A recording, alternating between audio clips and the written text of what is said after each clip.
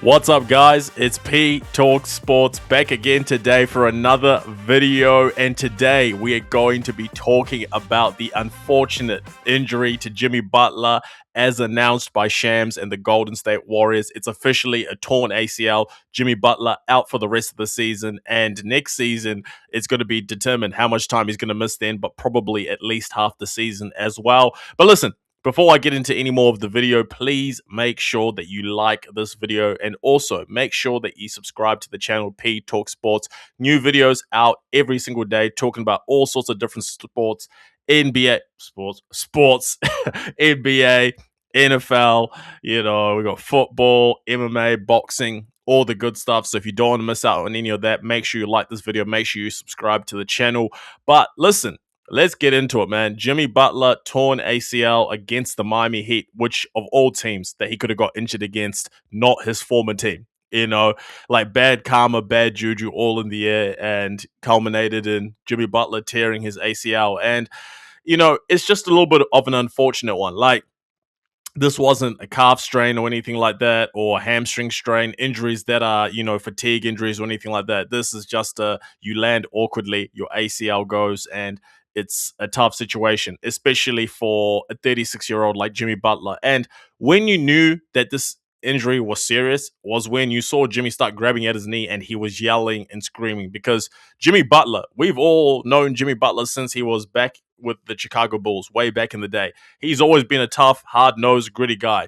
If Jimmy goes down and he's screaming and, all this sort of stuff, that means something seriously wrong must have just happened. And as we found out, something seriously wrong did happen, with the torn ACL.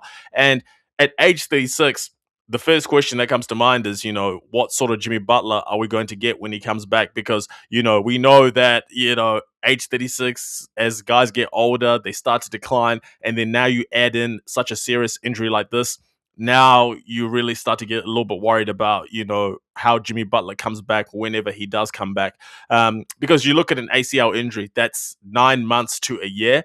And Jimmy Butler, by the time he gets back on the court, he's going to be a 37-year-old, So coming off an ACL tear, because if Jimmy was 36, I would be a little bit more optimistic, because I'd be saying to myself, okay, 26, you're still in your prime. You can still recover, rehab. You've got plenty of time ahead of you. But 36, the recovery is harder. We know when you're older, it takes longer to heal from these injuries. And then also how much time is left in front of him once he does come back. That's to be determined, to be seen. But knowing Jimmy Butler, as we know Jimmy Butler, he's going to attack this rehab like crazy, and I have no doubts that he'll be back on the court for sure. So prayers up for Jimmy Butler. But looking at the Golden State Warriors, the dynasty is over.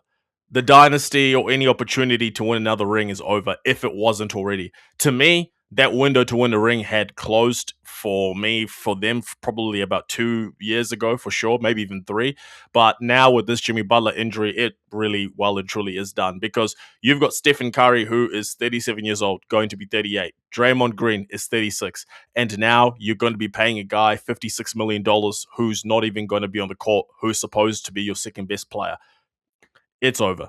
It's finished. And I feel bad for the Golden State Warriors, because I feel like with Steph having a generational player like him, you want to have a window that lasts until the very end, until literally Stephen Curry can't walk. Not that that's a little bit of a hyperbole, but you want to make that dynasty run last as long as possible, make the most out of his years. And now losing your second best player, that gets extremely difficult. And you look at the Golden State Warriors, now they're forced to make a trade, because I've been one of those people who's been very critical of Mike Dunleavy, the fact that he won't make a move, because now making a move for this team is going to be significantly harder. Because before, when they could have traded Kuminga, they could have traded Podziemski, they could have traded Moody, they were trading from a position of neutral, where, they weren't too desperate, but they weren't in power in the trade. Now, they are trading from a position of desperation. And when you trade from a position of desperation, you are going to get robbed. And for this Golden State Warriors team, any player out there that you believe can help you, whether it's MPJ, Lauri Markkanen, anyone, you are going to get robbed if you want to get them. Because now teams know you're desperate. You don't have a Jimmy Butler to fall back on. You have no one. Your second best player now is what? Draymond Green? Yeah, Draymond's a great playmaker. He's a great defender, but he's not a scorer. Podziemski's not a scorer. Kuminga, you don't want to play him. You got Moses Moody, he's not a scorer. Will Richards, not a scorer. There is no go-to second scorer for the Warriors, and we saw it last season. It's the same reason why they traded for Jimmy Butler.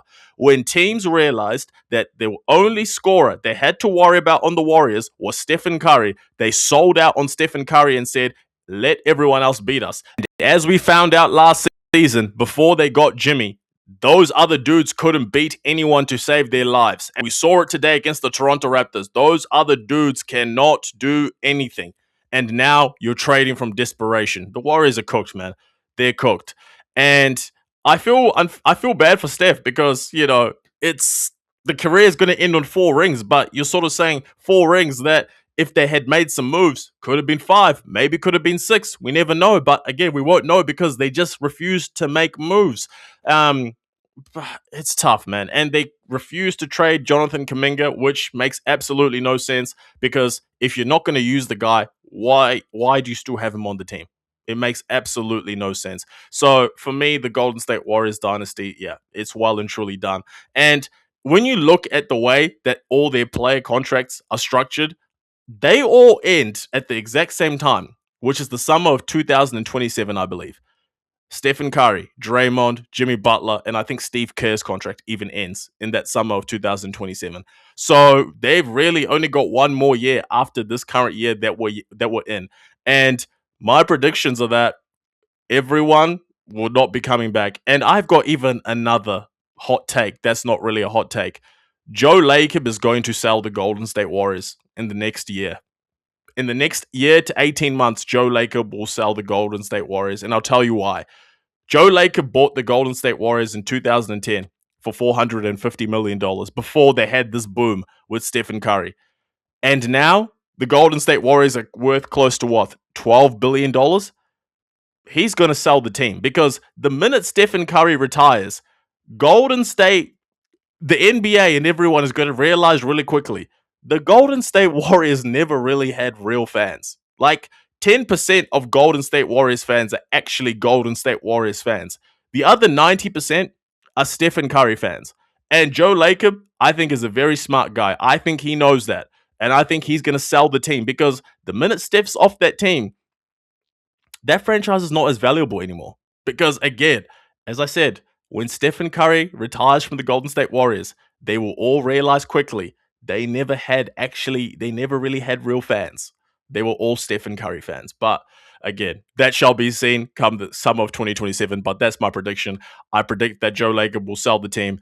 I believe Steph and all them will call it quits after that 2027 season and ride off into the sunset. But for a dynasty to get themselves 4 championships, I don't think you can call it a failure at all. Obviously, the last 4 years of it haven't been the greatest since that 2022 championship, but still, you won 4 championships across what, 8 seasons?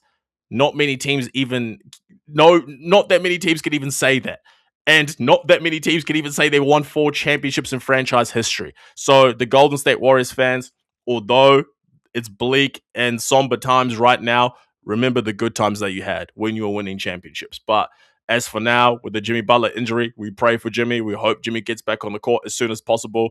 And yeah, we hope to see him back on the court big himself. But yeah, as far as the Warriors concerned, the championship window has officially closed. But listen, ladies and gentlemen, that's another video by myself, P Talk Sports. Make sure that you like this video if you want to see more content. And also make sure that you subscribe to the channel. New videos coming out every single day until a certain point in time. We shall see when that is. But thanks for watching. P Talk Sports is back.